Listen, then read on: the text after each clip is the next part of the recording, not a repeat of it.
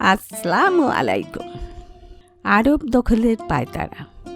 লোহিত সাগর হারিয়ে আরবরা অসুবিধায় পড়ে গেল, তবে একেবারে ভেঙে পড়ল না।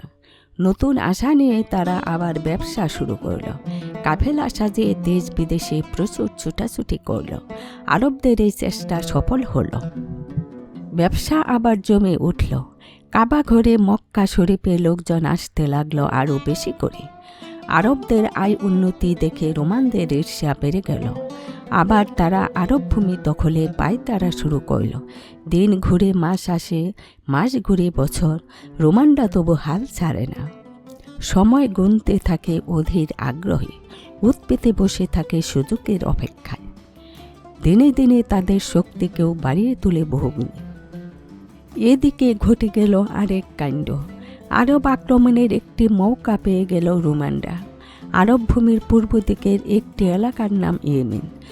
জুনওয়াজ ছিল এ দেশেরই রাজা। পাষাণের মতো শক্ত তার হৃদয়। পুতুল পূজা, মূর্তি পূজায় ভীষণ নেশা। খ্রিস্টানদের সে দুচোখে দেখতে পারত না। কারণে অকারণে সে খ্রিস্টানদের কষ্ট দিত, নানাভাবে জ্বালাতন করত। একবার সে ইয়েমেনে বিরাট একটি চুল্লি তৈরি করে শুকনো কাঠ খড় দিয়ে চুল্লিটি ভর্তি করে আগুন ধরিয়ে দেয়। দাউ দাউ করে জ্বলে ওঠে আগুন। আগুনের তেজ এত বেশি হয় যে চুলার ধারে কাছে কেউ যেতে পারে না।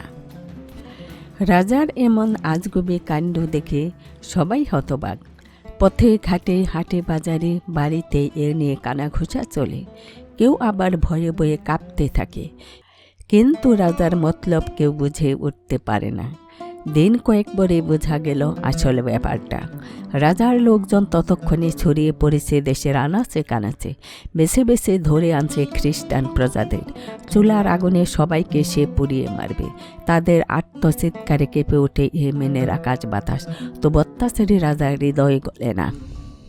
সৈন্যরা বন্দী খ্রিস্টানদের হাত পায়ের বাঁধন খুলে ছুঁড়ে মারে চুলার আগুনে। চোখের পলকে সবাই জ্বলে পুড়ে অঙ্গার হয়ে যায়। এভাবে সে হত্যা করে 20,000 খ্রিস্টানকে। এদের মধ্যে 2জন খ্রিস্টান কোন ফাঁকে যেন পালিয়ে যায়। মৃত্যুর হাত থেকে বেঁচে যায় ভাগ্যের জোরে।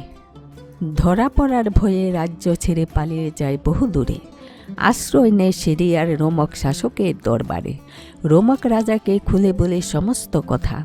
এত সব কথা শুনে রোমক রাজা ভীষণ রেগে গেল।